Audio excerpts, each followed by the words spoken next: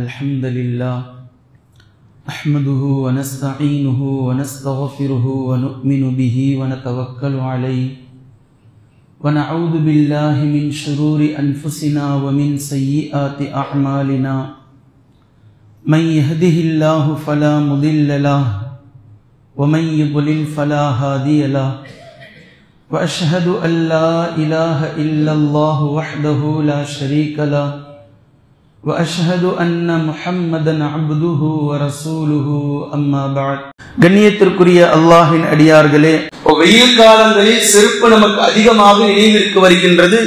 செருப்பு வெயிலால் ஈர்க்கப்பட்ட பூமியில் இருந்து நம்முடைய காலை பாதுகாக்கின்றது என்பதை இந்த இடத்தில் நாம் நினைவுறுத்தினாலும், இஸ்லாம் செருப்பை பற்றி என்ன பேசியிருக்கின்றது என்பதை நாம் பார்ப்பதற்கு முன்னால் பொதுவாகவே உலகத்தில் சில டைலாக்குகள் இருக்கின்றது. இந்த டைலாக்கை எடுத்து வச்சு பார்த்தோம் அப்படின்னா, ஒவ்வொரு டைலாக்குகளும் செருப்பை தரம் தாழ்த்தி, செருப்பு என்றாலே அது ஏதோ ஒரு கேவலமான பொருள் என்பதை போன்று மற்ற மனிதர்களிடத்தில் செருப்பை வைத்து பேசுவதை நாம் பார்க்கிறோம். உதாரணத்திற்கு, உன்னை நான் செருப்பாலேயே அடிப்பேன் என்று சொல்லக்கூடிய வார்த்தை, செருப்பு பிஞ்சிடும் என்று சொல்லக்கூடிய வார்த்தை, இது போன்ற எந்த வார்த்தைகளும் குர்ஆனிலோ ஹதீஸிலோ செருப்பை வைத்து அடுத்தவர்களை தாழ்த்துவது, செருப்பை வைத்து அடுத்தவர்களுடைய கண்ணியத்தை குறைக்கக்கூடிய இது போன்ற வார்த்தைகள் எங்கும் இல்லை என்பதை நாம் பார்க்கிறோம். எனவே யாரிடத்திலாவது இப்படிப்பட்ட பேச்சுக்கள் இருந்தால் இது ஆணவம் என்று அவர் உணர வேண்டும், இந்த பேச்சை கைவிட வேண்டும். நம்பர் 1. இதே போன்று செருப்பு என்பது அல்லாஹ்வினால் கொடுக்கப்பட்ட மிகப்பெரிய அருள், மிகப்பெரிய நிஅமத். இதை வைத்து இன்னொருவருடைய கண்ணியத்தை தாழ்த்தி பேசுவதற்கோ இது போன்ற டைலாக்குகள் அடிப்பதற்கோ செருப்பு படைக்கப்படவில்லை என்பதை நாம் கண்டிப்பாக உணர வேண்டும். இந்த செருப்பு என்பது உலகத்தில் இருக்கக்கூடிய நேரத்திலேயே மிகப்பெரிய ஒரு வர்த்தக பொருளாக இருக்கிறது என்பதையும் இந்த இடத்தில் நாம் நினைவில் கொள்ள வேண்டும். தங்களின் ஆளுமையாகவும் செருப்பை பார்க்கிறார்கள். சில பிராண்டுகள் அந்த பிராண்டுகளுடைய செருப்பை வாங்குவதற்காக போட்டி போட்டுக் கொள்கிறார்கள், அல்லது அந்த பிராண்டுடைய செருப்பை வாங்கி தான் அணிந்து கொண்டால் அது தனக்கான ஒரு பவர், தனக்கான ஒரு ஆளுமை, தனக்கான ஒரு புகழ்ச்சி என்று அவர் நினைக்கிறார்கள். உதாரணத்திற்கு ரீபோக், நைக், பூமா, அடிடாஸ், பாட்டா, அதுக்கு பிறகு இதெல்லாம் கொஞ்சம் உயர்வான 2000 3000 இதுவரைக்கும் போய் செருப்பை வாங்கி போடக்கூடியவர்களும் இருக்கிறார்கள். இது ஆணவம். காலை பாதுகாப்பதற்காக ஒரு பொருள் போதுமானது, ஆனால் இந்த பிராண்ட்ல நான் எடுக்கணும், இந்த பிராண்ட் என்னுடைய காலில் இருப்பதை மக்கள் பார்க்கணும். அப்ப அதை பார்க்கும் போது 4 நபர்கள் ரீபோக் போட்டிருக்கிறாருங்க, நைக் போட்டிருக்கிறாருங்க, அடிடாஸ் இது யூஸ் பண்றாருங்க என்று மக்கள் பேசுவதற்காக ஒரு பிராண்டை செலக்ட் செய்து தன்னுடைய பணத்தின் முறை செருப்பில் கூட நான் காட்டுவேன் என்று காட்டக்கூடிய இந்த முறை இருக்கிறது. இது அல்லாஹ்விடத்தில் அவர் பதில் சொல்லியாக வேண்டும். இது விரயத்தில் சேரும், இது ஆணவம். அவர் எதற்காக வாங்குகிறார் என்பதை அவருடைய உள்ளத்தை அல்லாஹ் அறிகின்றான். இதே போன்ற இந்த விஷயங்கள் எல்லாம் யதார்த்தமான செருப்புகள் விகேசி, அதே போன்று வால்கரோ, இது 2000க்கு இந்த பக்கம் உள்ளவர்களுக்கு தெரியும். இப்போ 2000 அந்த பக்கம் உள்ளவங்களுக்கு பாரகான், பிரீமியர், ஹவாய் சப்பல், இது போன்ற செருப்புகள் எல்லாம் சில்பர்களில் மனிதர்கள் அணிந்திருப்பதை நாம் பார்த்து வருகின்றோம்.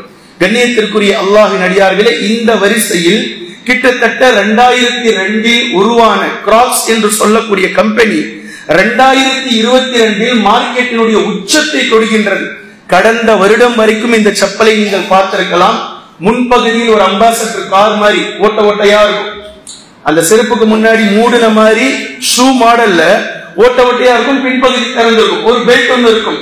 இந்த கிராக்ஸ் என்ற கம்பெனியினுடைய இந்த சில்பர், இந்த செப்பல் உலகத்தினுடைய ட்ரெண்டிங்ல நம்பர் 1 இடத்தை பிடிச்சு 2022 மட்டும் கிட்டத்தட்ட $2.7 பில்லியன் அளவிற்கு இதை மக்கள் வாங்கி இருக்கிறார்கள் என்பதை நாம் பார்க்கிறோம். 11 கோடி பேர் அந்த ஒரு வருடத்தில் இந்த ஜோடி செப்பலை வாங்கி இருக்கிறார்கள். அதாவது கிராக்ஸ் கம்பெனிக்கார ஒரு செகண்டுக்கு 4 ஜோடி செருப்புகளை வித்திருக்கிறான். ஒரு செகண்டுக்கு இவ்வளவு பெரிய வர்த்தகத்தினுடைய உச்சத்தை அந்த இடம் தொட்டிருக்கின்றது. இதே போன்று இந்த ஒரு செப்பலும் கிராக்ஸ் என்ற பிராண்டில் 3500 4000 வரைக்கும் புதுமையாக வாங்கி மக்கள் போட்டிருந்ததையும் நாம் பார்க்கிறோம்.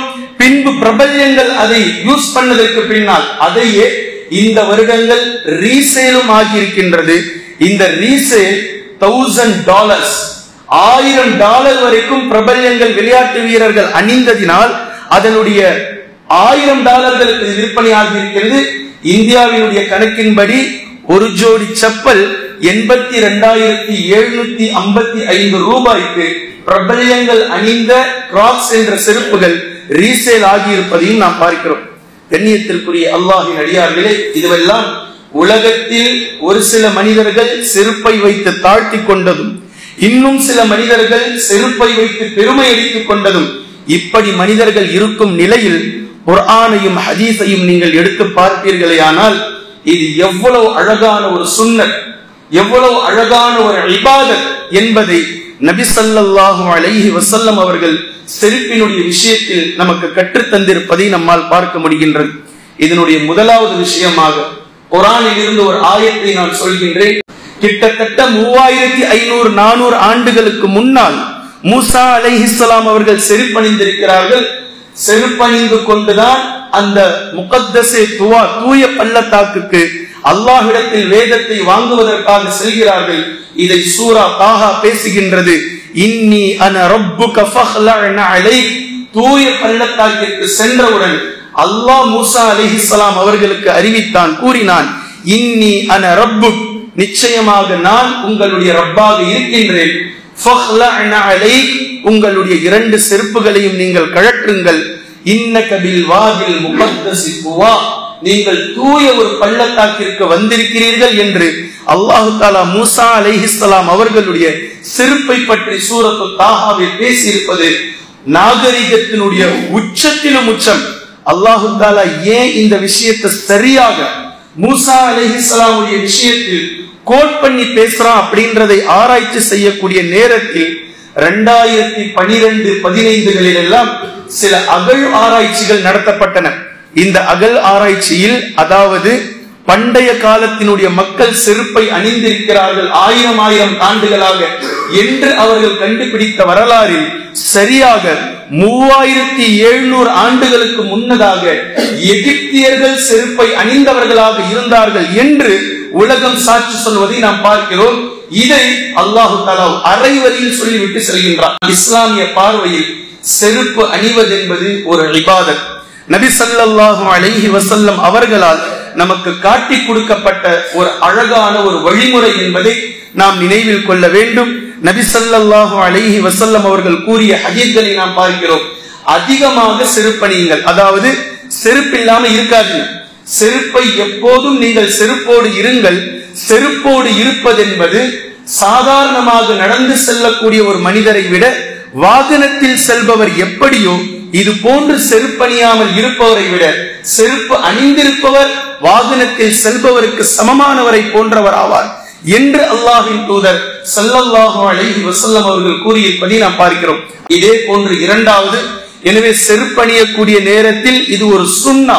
நபி ஸல்லல்லாஹு அலைஹி வஸல்லம் அவர்கள் நமக்கு வழிகாட்டி தந்தது என்ற எண்ணத்தில் ஒருவர் அணிந்தால் நிச்சயமாக அது அவருக்கு நன்மை பயக்கும், நன்மையை கொடுக்கும். செருப்புதானே என்பதல்ல, செருப்பிலும் நன்மை இருக்கின்றது என்பதை இஸ்லாம் சுட்டிக்காட்டுவதை நம்மால் பார்க்க முடிகின்றது.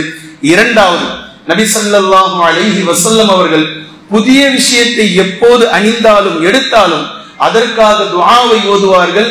அல்லாஹும்ம லக்கல் ஹம்த் அன்த கஸௌதனீஹி, அல்லாஹ்வே உனக்கே புகழ் அனைத்தும், நீதான் எனக்கு இந்த உடுப்பை உடுத்தினாய், இந்த செருப்பை நீதான் எனக்கு உடுத்தி விட்டாய் என்று அல்லாஹ்விடத்தில் சொல்ல வேண்டும். நீதான் எனக்கு இந்த காலணியை உடுத்தி விட்டாய். அஸ்அலுக மின் கைரிஹி வ கைர மா ஸனஅ லஹு, இந்த செருப்பினுடைய நன்மையையும் இதனால் ஏற்படக்கூடிய எதற்காக உருவாக்கப்பட்டதோ அந்த நன்மையையும் நான் உன்னிடத்தில் கேட்கிறேன். அதே போன்று அஊது பிக மின் ஷர்ரிஹி வ ஷர்ரி மா ஸனஅ லஹு, இதில் இருக்கக்கூடிய தீங்கையும் இதில் என்னென்ன தீங்குகள் இருக்கின்றதோ படைக்கப்பட்டிருக்கின்றதோ அதை விட்டும் நான் உன்னிடத்தில் பாதுகாவல் தேடுகின்றேன் என்று அவர் அல்லாஹ்விடத்தில் துஆ கேட்க வேண்டும். இது நபி ஸல்லல்லாஹு அலைஹி வஸல்லம் அவர்கள் கேட்ட துஆ என்ற இந்த இரண்டு செய்திகளையும் ஹதீஸின் வாயிலாக நம்மால் புரிந்து கொள்ள முடிகின்றது. இப்போது நபி ஸல்லல்லாஹு அலைஹி வஸல்லம் அவர்கள் இந்த செருப்பினுடைய விஷயத்தில் சில வழிமுறைகளை நமக்கு காட்டி தருகின்றார்கள்.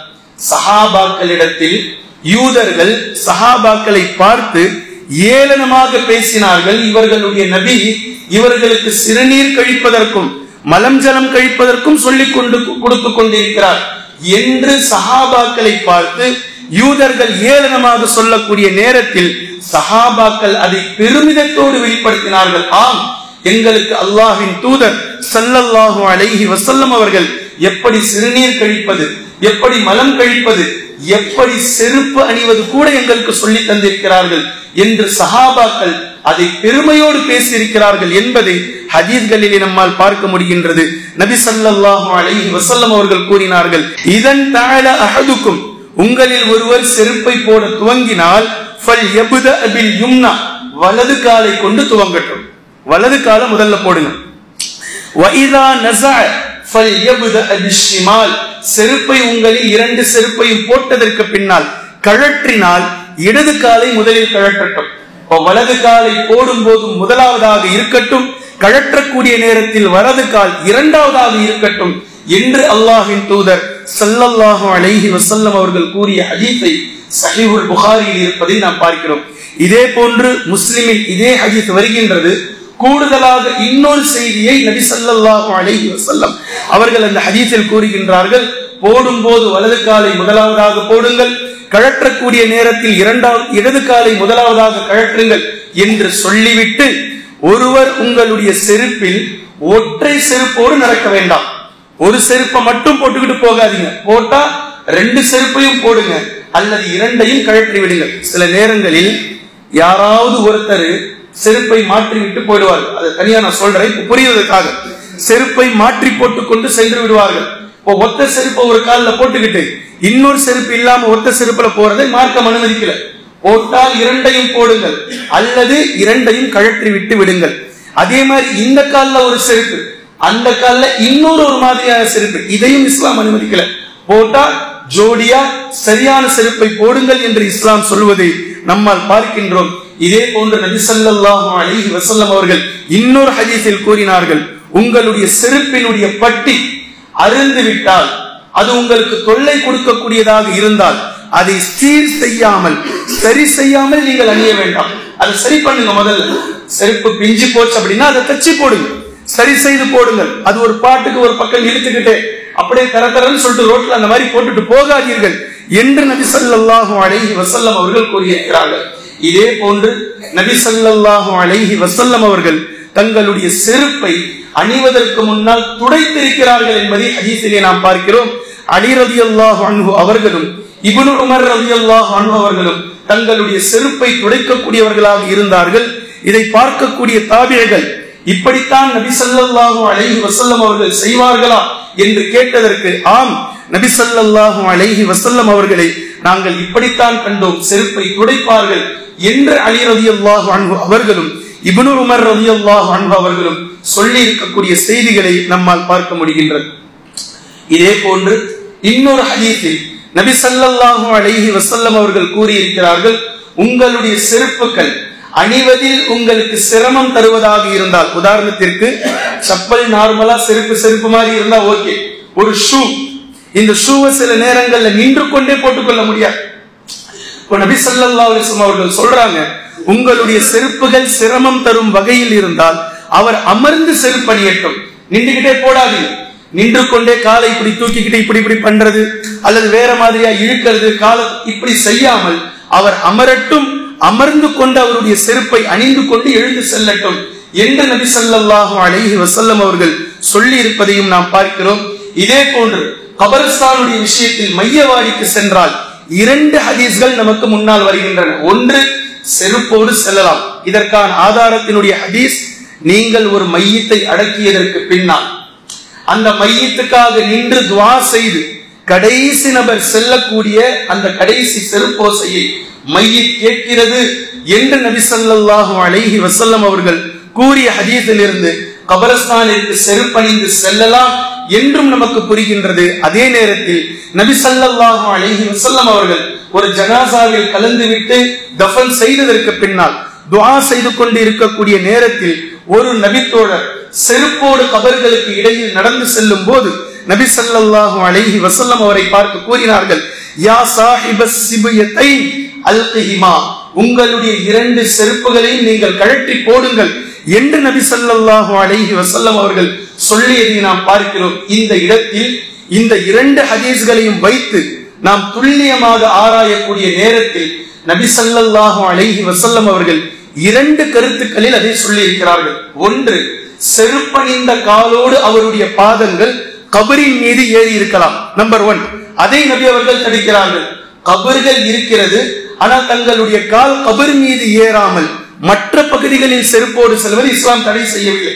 கபர் மீது செருப்போடு ஏறுவதை தடை செய்திருக்கிறது.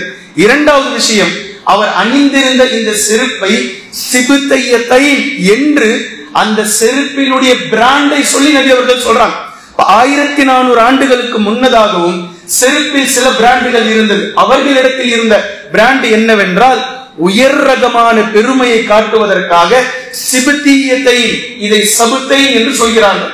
சபுத்தை என்ற செருப்பை அணிந்து வந்தார்கள். இது வனவிலங்குகளுடைய தோலினால் செய்யப்பட்டது.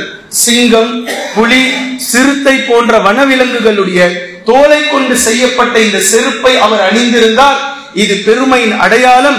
இந்த செருப்பை நீங்கள் போடாதீர்கள். அதனால்தான் அல்து ஹிமா, கழற்றுங்கள் என்று சொல்லல, கழற்றி தூக்கி போடுங்கன்றாங்க. கழற்றி அந்த செருப்பை தூக்கி போடுங்கள். அந்த செருப்பின் மீது நபி அவர்களுக்கு இருந்த வெறுப்பை காட்டுகின்றது. இதிலிருந்து நமக்கு சட்டம் தெளிவாகின்றது. நீங்கள் ஒட்டகத்தினுடைய தோலிலோ மாட்டினுடைய தோலிலோ இருக்கக்கூடிய செருப்புகளை நீங்கள் தாராளமாக அணியலாம். ஆனால் வனவிலங்குகளை கொன்று அதன் மூலமாக செய்யப்பட்ட தோல் விஷயத்தை நீங்கள் செருப்பில் அணிவிக்க கூடாது என்பதை நம்மால் இந்த ஹதீஸ்களில் இருந்து புரிந்து கொள்ளவும் முடிகின்றது. அதே போன்று பெண்களுடைய செருப்பின் விஷயம் வித்தியாசமானது. இதிலும் அறிஞர்களுக்கு இடையில் கருத்து வேறுபாடு இருக்கிறது. கருத்து வேறுபாடு நீங்கள் பாருங்கள். குர்ஆனுடைய வசனத்தின் அடிப்படையில் முன்னங்கைகளையும் முகத்தையும் தவிர மற்றதை ஒரு பெண்ணுடைய அவுரத் என்றும், அதே போன்று முகத்தை ஒரு பெண் மறைக்க விரும்பினால் அவர்கள் மறைக்கட்டும், அது அவுரத்து தான் என்ற ஹதீஸையும், அதே நேரத்தில் சஹாபா பெண்மணிகள் ஃபஜ்ருடைய தொழுகை முடியும், எங்களில் ஒருவரை ஒருவர் அறிந்து கொள்வதற்கு முன்னதாகவே நாங்கள் பள்ளியில் இருந்து வீட்டிற்கு சென்று விடுவோம் என்ற ஹதீஸ்களை வைத்து முகத்தை மறைக்க வேண்டும் அல்லது முகத்தை திறக்கலாம் என்ற அறிஞர்களுக்கிடையில் கருத்து வேறுபாடு இருப்பதை போன்று காலனியினுடைய விஷயத்தில் கருத்து வேறுபாடு இருக்கின்றது. கால், ஒரு பெண்ணுடைய கால் குதிகால்களுக்கு கீழ் இது அவுரத்தில் வருமா, அவுரத்தில் வராதா? குர்ஆனுடைய நேரடி வசனத்தின்படி அது அவுரத். அதாவது முகம் 2 முன்னங்கையை மட்டுமே குர்ஆன் பேசுகின்றது. அப்படி என்றால் உச்சி முதல் பாதம் வரைக்கும், கீழ்பாதம் வரை ஒரு பெண் மறைக்க வேண்டிய பகுதி என்பதை தெளிவாக நம்மால் புரிந்து கொள்ள முடிகின்றது. எனவே ஒரு பெண் செருப்பணியக்கூடிய நேரத்தில் அவர்கள் சாக்ஸை அணிந்து கொண்டு ஷூவை அணிந்து கொண்டால் ஏற்றமானதாக சிறந்ததாக இருக்கும். அல்லது அவர்களுடைய வசதிகள் எப்படி இருக்கின்றதோ அதன் அடிப்படையில் அவர்கள் எடுத்துக்கொள்ளலாம். அல்லாஹு அலம்.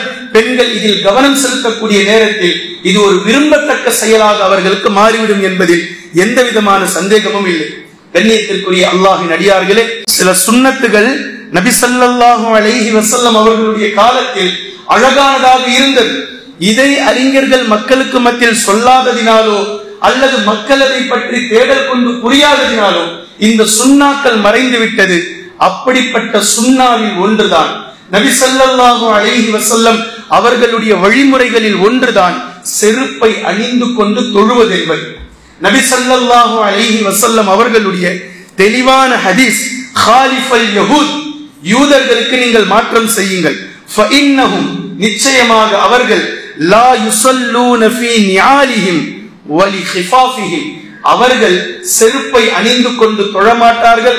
அதே போன்று அவர்களுடைய மோசா, ஷூன்னு சொல்லி நீங்க வச்சுக்கோங்க, ஷூவை அணிந்து கொண்டு அவர்கள் தொழமாட்டார்கள். அப்படி என்றால் அவர்களுக்கு மாற்றம் செய்யுங்கள், செருப்பை அணிந்து கொண்டு நீங்கள் தொழுங்கள் என்று நபி ஸல்லல்லாஹு அலைஹி வஸல்லம் அவர்கள் கூறியிருக்கக்கூடிய அழகான ஹதீஸை அபூதாவுதில் 652வது ஹதீஸாக நீங்கள் காணலாம்.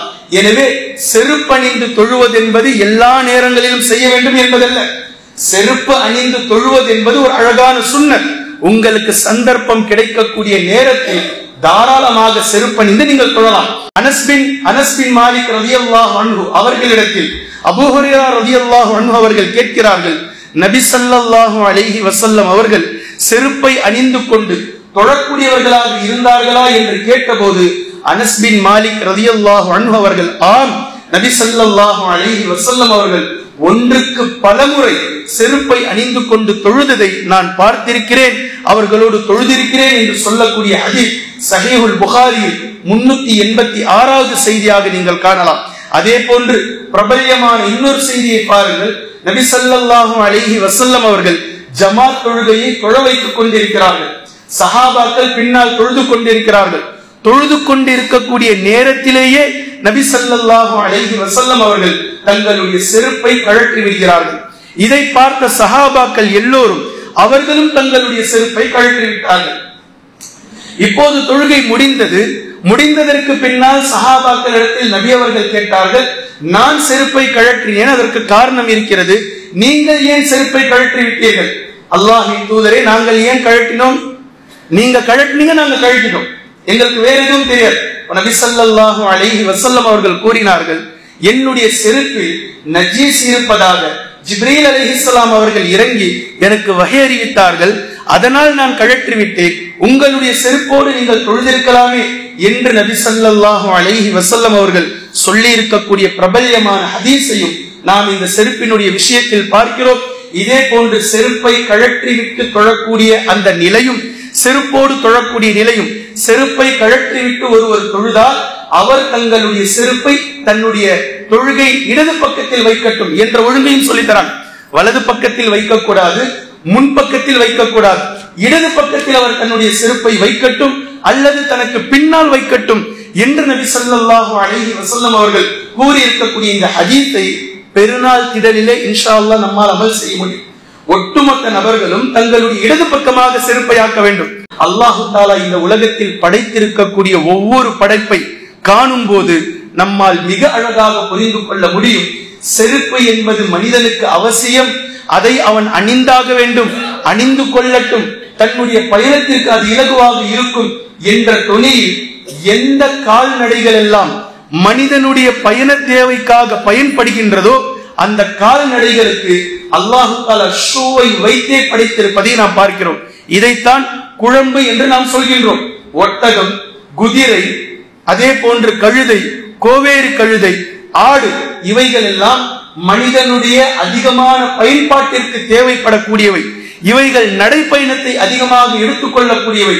இவைகளுடைய கால்கள் தேய்ந்து விடக்கூடாது என்பதினால் அல்லாஹு தஆலா தேயாமல் இருப்பதற்காக குழம்புகளை வைத்தே அல்லாஹு தஆலா இந்த கால்நடைகளுக்கு படைத்திருப்பதை நாம் பார்க்கிறோம். இதில் கூடுதலாக எந்த மாடுகள் வண்டி இழுக்கிறதோ, எந்த குதிரைகள் சவாரி செய்கின்றதோ, எந்த குதிரைகள் மன்னர்களுக்கும் மக்களுக்கும் பயன்படக்கூடியதாக இருக்கிறதோ அதை கூடுதலாக அதை படுக்க வைத்து மனிதர்கள் லாடம் அடித்து இன்னும் கூடுதல் அதனுடைய வலுவாக்குவதை நாம் பார்க்கிறோம். இதையும் குர்ஆன் பேசுகின்றது. சூரத்துல் ஆதியாத்தை நீங்கள் எடுத்து பார்த்தால் தீப்பொறிகளை கிளப்பிக் கொண்டு ஓடக்கூடிய குதிரையின் மீது சத்தியமாக என்று அல்லாஹ் பேசுகின்றான். தீப்பொறி வெறும் குழம்பிலிருந்து வராது, இரும்பும் கல்லும் தேய்க்கக்கூடிய நேரத்தில் தான் தீப்பொறி கிளம்பும். எனவே 1400 ஆண்டுகளுக்கு முன்னதாகவே குதிரைக்கு கீழே இருக்கக்கூடிய பொருத்தக்கூடிய விஷயத்தை குர்ஆன் மிக தெளிவாக பேசியிருப்பதை நம்மால் புரிந்து கொள்ள முடிகின்றது. உங்களுடைய செருப்பின் வார் அருந்தாலும் நீங்கள் அல்லாஹ்விடமே கேளுங்கள். செருப்பு தானே, செருப்பு வார் தானே, இதை போய் அல்லாஹ் கிட்ட கேட்கறதா? இல்ல, செருப்பினுடைய வார் அருந்தாலும் நீங்கள் அல்லாஹ்விடம் கேளுங்கள் என்ற இந்த ஒற்றை ஹதீஸின் மூலம் எவ்வளவு முக்கியத்துவம் அல்லாஹுக்கும் உங்களுக்கும் செருப்பிற்கும் வருகின்றது என்ற உவமையை, உதாரணத்தை நம்மால் புரிந்து கொள்ள முடிகின்றது. இதே போன்று செருப்பு என்பது உலகோடு முடிந்து போகவில்லை. உலகத்தினுடைய தேவைக்காக மனிதன் கண்டுபிடித்து இருந்தாலும் இந்த செருப்பு மறுமையிலும் பேசுகின்றது என்பதை பிலால் ரலியல்லாஹு அன்ஹு அவர்களுடைய ஹதீஸில் நாம் பார்க்கிறோம். நபி ஸல்லல்லாஹு அலைஹி வஸல்லம் அவர்கள் பிலால் ரலியல்லாஹு அன்ஹு அவர்களிடத்தில் ஒரு முறை கேட்டார்கள், என்ன அமலை நீங்கள் செய்கிறீர்கள்? நான் சொர்க்கத்தில் உங்களுடைய செருப்பின் ஓசையை கேட்டேன், சொர்க்கத்தில் உங்களின் செருப்பின் ஓசையை நான் கேட்டேன் என்று நபி ஸல்லல்லாஹு அலைஹி வஸல்லம் அவர்கள் பிலால் ரலியல்லாஹு அன்ஹு அவர்களிடத்தில் கேட்டபோது அவர்கள் கூறினார்கள், அல்லாஹ்வின் தூதரே, அப்படி எந்த ஒரு பெரிய அமலும் நான் செய்யவில்லை, அப்படி நான் எந்த ஒரு பெரிய அமலும் நான் செய்ததாக தெரியவில்லை. நான் எப்போது உது செய்தாலும் இந்த உதுவை வீணடிக்க கூடாது என்பதற்காக 2 ரக்காத்துகளை நான் தொழுது கொள்வேன். தஹிய்யத்துல் உது, 2 ரக்காத்துகளை உதுவுக்காக நான் தொழுது கொள்வேன். இதுதான் நபி ஸல்லல்லாஹு அலைஹி வஸல்லம் அவர்கள் கூறினார்கள், இதுதான் உங்களை அந்த இடத்திற்கு உயர்த்தி இருக்கின்றது என்று பிலால் ரலியல்லாஹு அன்ஹு அவர்களை பற்றி சொல்லும் போது சொர்க்கத்தையும் பிலால் ரலியல்லாஹு அன்ஹு அவர்களையும் சம்பந்தப்படுத்துவதோடு பிலால் ரலியல்லாஹு அன்ஹு அவர்களுடைய செருப்போசையையும் நபி அவர்கள் சம்பந்தப்படுத்தி பேசி இருப்பது என்பது உச்சத்தின் உச்சம் என்பதை நம்மால் புரிந்து கொள்ள முடிகின்றது. இதே போன்று நபி ஸல்லல்லாஹு அலைஹி வஸல்லம் அவர்கள் பெருமையை பற்றி ஆணவத்தை பற்றி பேசிக் கொண்டிருக்கக்கூடிய நேரத்தில் ஒரு சஹாபி கேட்டார்கள், அல்லாஹ்வின் தூதரே, நல்ல ஆடைகளை அணிவது, நல்ல செருப்புகளை காலணிகளை போட்டுக் கொள்வது இது பெருமையாகுமா என்று கேட்டபோது நபி ஸல்லல்லாஹு அலைஹி வஸல்லம் அவர்கள் கூறினார்கள், இன்னல்லாஹ ஜமீலுன் இன்னல்லாஹ ஜமீலுன் யுஹிப்புல் ஜமால். அல்லாஹ் அழகானவன், அழகானதை விரும்புகின்றான். நல்ல ஆடையை உடுத்திக் கொள்வதோ நல்ல செருப்பை அணிவதோ இது பெருமை கிடையாது. மாற்றமாக பெருமை என்பது அல்லாஹ்வினுடைய விஷயத்தில் உண்மையை மறுப்பதும் மக்களை ஏளனமாக கருதுவதும், உண்மையை மறுப்பதும் மக்களை ஏளனமாக கருதுவதும் இதுதான் பெருமை என்று நபி ஸல்லல்லாஹு அலைஹி வஸல்லம் அவர்கள் கூறியிருப்பதை நம்மால் பார்க்க முடிகின்றது. இதே நேரத்தில் இந்த ஹதீஸிலிருந்து இன்னொரு கருத்தையும் நம்மால் விளங்க முடிகின்றது. ஆடை அணிவதை, செருப்பு அணிவதை ஒருவர் பெருமைக்காக அணிந்தால், மக்கள் தன்னுடைய புகழ்ச்சி பேசப்பட வேண்டும் என்பதற்காக இதை போட்டுக்கொண்டு இங்கு சென்றால்தான் இங்கு மக்கள் நம்மை மெச்சுவார்கள் என்பதற்காக இருந்தால் இது கண்டிப்பாக தவிர்க்கப்பட வேண்டிய விஷயம். இதே போன்ற நபி ஸல்லல்லாஹு அலைஹி வஸல்லம் அவர்கள் இன்னொரு ஹதீஸில் கூறினார்கள், மரணம் அவனது செருப்பு வாரை விட அவனுக்கு நெருக்கமாக இருக்கின்றது. மரணம் அவனது செருப்பு வாரை விட அவனுக்கு நெருக்கமாக இருக்கின்றது, ஆனால் அதை அவன் உணராமல் இருக்கின்றான் என்று நபி ஸல்லல்லாஹு அலைஹி வஸல்லம் அவர்கள் கூறியிருக்கக்கூடிய இத்தனை செய்திகளையும் செருப்பினுடைய விஷயத்தில் நாம் பார்க்கிறோம். எனவே கண்ணியத்திற்குரிய அல்லாஹ்வின் அடியார்களே, செருப்பு தானே, செருப்பால அடிப்பேன், செருப்பு பிஞ்சிரும் என்று செருப்பை நாம் கேவலப்படுத்தவும் கூடாது, செருப்பை வைத்து அடுத்தவர்களை கேவலப்படுத்தவும் கூடாது. ஒவ்வொரு வெயில் காலமும் கால் சுட்டெரிக்கும் போதெல்லாம் செருப்பு நமக்கு நினைவிற்கு வருகிறது என்றால் செருப்பை பற்றி இஸ்லாம் சொல்லி இருக்கக்கூடிய இத்தனை விஷயங்களும் இன்ஷா அல்லாஹ் நம்முடைய நினைவில் இருக்க வேண்டும். இதில் கடைசியான ஒரு விஷயம் என்னவென்றால் செருப்பு திருடி செல்வது. செருப்பினுடைய திருட்டை ஒவ்வொரு பள்ளிவாசல்களிலும், ஒவ்வொரு கோவில்களிலும், ஒவ்வொரு தேவாலயங்களிலும் நாம் காண்கின்றோம். இது மக்களிடத்தில் இருக்கக்கூடிய மிக கெட்ட பழக்கம். போடக்கூடிய நேரத்தில் எது தன்னுடைய செருப்பு, தன்னுடைய சைஸ் பார்த்துதான் நம்ம வாங்கி இருக்கிறோம். இப்ப நான் சொல்றது கவனக்குறைவாக மாட்டிட்டு போறவங்க, எது நம்மளுடைய சைஸ்.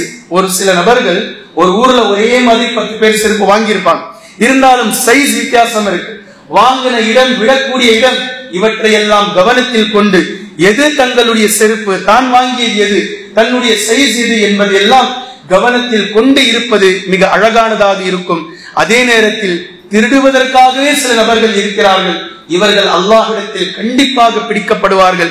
ஜும்மா போன்ற தொழுகைகளுக்கு சென்று தங்களுடைய பழைய செருப்பை விட்டுவிட்டு எந்த செருப்பு புதியதாக இருக்கின்றது என்று பார்த்து அணிந்து செல்லக்கூடிய இது போன்ற மனநிலை கொண்டவர்களும் இருக்கிறார்கள். அல்லாஹ் இவர்களை மன்னிக்கட்டும், இவர்களை பாதுகாக்கட்டும்.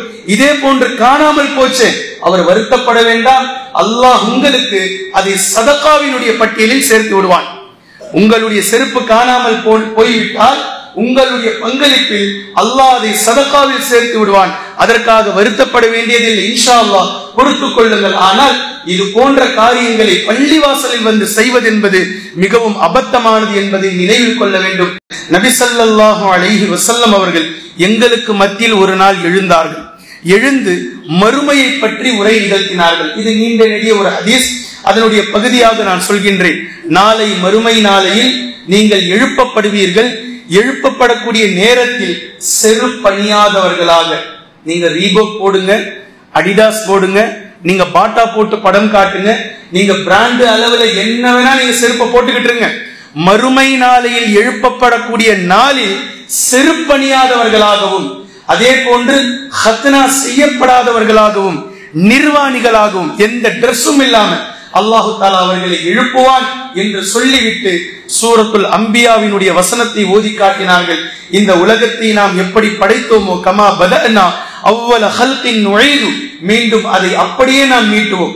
உங்களை எப்படி படைச்சு இந்த உலகத்துக்கு அனுப்பினோமோ இப்படியே நாம் திருப்பி மீட்டுவோம் என்று அல்லாஹ் சொல்லக்கூடிய இந்த வசனத்தை ஓதி காட்டினார்கள். பின்பு பல விஷயங்கள் வருகின்றது. நமக்கு தேவையானது செருப்பணியாதவர்களாக நாளை மறுமை நாளில் எழுப்பப்படுவார்கள் என்ற இந்த செய்தி நம்முடைய நெஞ்சத்தை உலுக்குகின்றது.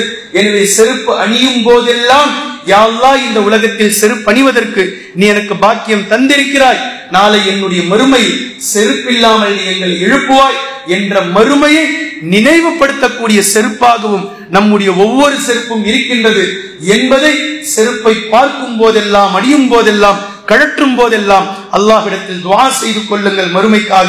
இந்த ஹதீஸ் சஹீஹுல் புகாரியில் 3349வது இலக்கத்தில் நீங்கள் காணலாம். இதே போன்ற நபி ஸல்லல்லாஹு அலைஹி வஸல்லம் அவர்கள் இன்னொரு வகையில் கூறிய ஹதீஸ், சொர்க்கம் வரைக்கும் எப்படி செருப்பு வருகின்றதோ நரகம் வரைக்கும் செருப்பு வரும். சொர்க்கம் வரைக்கும் எப்படி செருப்பு இருக்கின்றதோ நரகம் வரைக்கும் செருப்பு வரும். நரகத்தில் சென்றதற்கு பின்னால் காலணிகள், நெருப்பினால் ஆன செருப்புகள் அவருக்கு அணிவிக்கப்படும். சில தண்டனைகள் இப்படி இருக்கும். அபூ தாலிப் அவர்களை பற்றி நபி ஸல்லல்லாஹு அலைஹி வஸல்லம் அவர்களிடத்தில் கேட்கப்பட்டது, உங்களுடைய துஆ, உங்களுடைய சிபாரிஸ் அபூ தாலிப்க்கு பலனளித்ததா என்று கேட்டபோது நபி ஸல்லல்லாஹு அலைஹி வஸல்லம் அவர்கள் கேட்டார்கள், ஆம், பலன் அளித்திருக்கிறது. அவர் நரகவாதிதான், ஆனால் உச்சகட்ட தண்டனையிலிருந்து அவர் பாதுகாக்கப்பட்டு குறைந்தபட்ச தண்டனை அவருக்கு கொடுக்கப்படும் என்று சொல்லிவிட்டு அந்த குறைந்தபட்ச தண்டனை என்ன என்பதை நபி ஸல்லல்லாஹு அலைஹி வஸல்லம் அவர்கள் விவரித்தார்கள். நெருப்பினாலான 2 காலணிகள், அடிடாஸ், ரீபோக், பாட்டா, நைக், பூமா, இதன் மீது மோகம் கொண்டவர்கள் கொஞ்சம் இந்த ஹதீஸை நினைத்து பாருங்கள். நெருப்பினாலான 2 காலணிகள் அவருக்கு அணிவிக்கப்படும். இதனால் அவருடைய மூளை உருகி ஊற்றும் என்று நபி ஸல்லல்லாஹு அலைஹி வஸல்லம் அவர்கள் கூறிய ஹதீஸ் நரகத்தையும் செருப்பையும் ஒப்பிட்டு இருப்பதை நம்மால் புரிந்து கொள்ள முடிகின்றது. எனவே கண்ணியத்திற்குரிய அல்லாஹ்வின் அடியார்களே, செருப்பு என்பது உலகத்தோடு முடிந்து போகவில்லை. உலகத்திலும் நமக்கு பல பாடங்களை கற்றுத்தந்திருக்கின்றது. சொர்க்கம் வரைக்கும் நம்மோடு வரப்போகின்றது. அதாவது சொர்க்க செருப்பை அல்லாஹ் கொடுப்பான். நரகத்திற்கும் நரகத்தினுடைய செருப்பு அல்லாஹ் நம்மை பாதுகாக்க வேண்டும். மறுமையில் மஹ்ஷரில் செருப்பில்லாதவர்களாக நாம் எழுப்பப்படுவோம். அன்றைய தினம் அல்லாஹ்வினுடைய அர்ஷில் நிழலில் நிற்பவர்களுக்கு அது போதுமானதாக இருக்கும். எவர்கள் அல்லாஹ்வினுடைய நிழலை விட்டு அப்புறப்படுத்தப்படுவார்களோ சூரியனுடைய சுட்டெரிக்கும் அந்த வெயிலில் கண்டிப்பாக காலை ஊன முடியாமல் தவிப்பதில் மிகப்பெரிய தவிப்பாக இருக்கும். எனவே தங்களுடைய செருப்புகளை காணும் போதெல்லாம் அதை நேர்த்தியாக்குங்கள், அதை அழகாக்குங்கள். பள்ளிவாசலுக்கு வரும்போதும் வீட்டிற்கு செல்லும் போதும் போற வேகத்துல கடாசரது, இங்க ஒரு செருப்பு, அங்க ஒரு செருப்பு, எங்கு செருப்பு விடுறது என்பதே தெரியாமல், இப்படி சுன்னாவை ஃபாலோ செய்யாமல் இல்லாமல் ஏதோ ஒரு ஆத்திர அவசரம் வேகமாக சென்று விட்டோம், அது வேற. ஆனால் ஒவ்வொரு பொழுதும் இப்படி இருப்பது என்பது சரியானதில்லை. செருப்புக்கென்று ஸ்டாண்ட் இருக்கிறது. அழகாக சென்று கழற்றுங்கள். உங்களுடைய செருப்புகளை எடுத்து ஓரமாக வையுங்கள். இதுதான் நேர்த்தி. நபி ஸல்லல்லாஹு அலைஹி வஸல்லம் அவர்கள் ஒவ்வொரு விஷயத்திலும் நேர்த்தியை பரிந்துரைத்திருக்கிறார்கள். எதை நீங்கள் செய்தாலும் அதை சரிவர செய்யுங்கள், நேர்த்தியாக செய்யுங்கள். இது செருப்பை கழற்றுவதிலும் இருக்கிறது, செருப்பை போடுவதிலும் இருக்கின்றது. வீட்டு வாசலுக்கு நேராக செருப்பை விடாமல் ஓரமாக அழகாக சென்று கழட்டுங்கள், அதை ஓரப்படுத்துங்கள். பள்ளி வாசலுக்கு வருபவர்கள் சில நபர்கள் கடைசி நேரத்தில் வருவார்கள், செருப்பின் மீதே நடந்து வருவார்கள். ஏன்னா அது மற்றவங்களுடைய செருப்பு. இவர்களுடைய செருப்பை அடுத்தவர்களுடைய செருப்பின் மீதே போட்டு நடந்து வருவார்கள். பின்பு கழற்றி விடுவதும் அடுத்தவர்களுடைய செருப்பின் மீதே கழற்றி விடுவார்கள். அப்புறம் அது அங்க ஒண்ணு கிடக்கும், இங்க ஒண்ணு கிடக்கும், இவர் பாட்டுக்கு தொழ வந்துருவார். ஏனென்றால் இவையெல்லாம் பொடுபோக்காக மாற்றப்பட்டு விட்டது. ஆனால் நபி ஸல்லல்லாஹு அலைஹி வஸல்லம் அவர்கள் இதில் நமக்கு பல ஒழுக்கங்களை கற்றுத் தந்திருக்கிறார்கள். பெற்றோர்கள் சிறு பிள்ளை முதலே இந்த விஷயத்தை பிள்ளைகளுக்கு சொல்லிக் கொடுங்கள். அல்லாஹு தஆலா நமக்கு போதுமானவனாக இருக்கின்றான். குர்ஆனையும் ஹதீஸையும் தெளிவாக விளங்கக்கூடிய நன்மக்களாகவும் அதை நடைமுறைப்படுத்தக்கூடிய மக்களாகவும் செருப்பை கொண்டு அல்லாஹு தஆலா எந்தெந்த படிப்பினைகளை நமக்கு புகட்ட நினைக்கின்றானோ அந்தந்த படிப்பினைகளை, பாடங்களை நாம் ஏற்படுத்தி கொண்டு அதன் மூலமாக நாளை மறுமையிலும் நரகத்திலிருந்தும் விடுதலை பெறக்கூடியவர்களாக பிலால் ரலியல்லாஹு அன்ஹு அவர்கள் எப்படி சொர்க்கத்தின் செருப்பை அணிந்து கொண்டு கம்பீரமாக நடந்து சென்றதை நபி ஸல்லல்லாஹு அலைஹி வஸல்லம் அவர்கள் கனவில் கண்டார்களோ அதே போன்று இன்ஷா அல்லாஹ் நாளை மறுமை நாளையில் நபி ஸல்லல்லாஹு அலைஹி வஸல்லம் அவர்களோடு நாமும் ஜன்னத்துல் ஃபிர்தௌஸில் அல்லாஹ் நமக்கு அணிவிக்கக்கூடிய சொர்க்கத்து செருப்புகளோடு இருக்கக்கூடிய பாக்கியத்தை பெற்றவர்களாக அல்லாஹ் நம்மை ஆக்கி அருள் புரிவானாக. அஊது பில்லாஹி மினஷ் ஷைத்தானிர் ரஜீம். பிஸ்மில்லாஹிர் ரஹ்மானிர் ரஹீம். இன்னல்லாஹ யஅமுரு பில் அத்லி வல் இஹ்சான் வ ஈதாஇ தில் குர்பா வ யன்ஹா அனில் ஃபஹ்ஷாஇ வல் முன்கரி வல் பகி யஇதுக்கும் லஅல்லக்கும் ததக்கரூன். உذ்குருல்லாஹ யذ்குருக்கும் வதுஊஹு யஸ்தஜிப் லக்கும் வல்லாஹு யஅலமு மா தஸ்னூன்.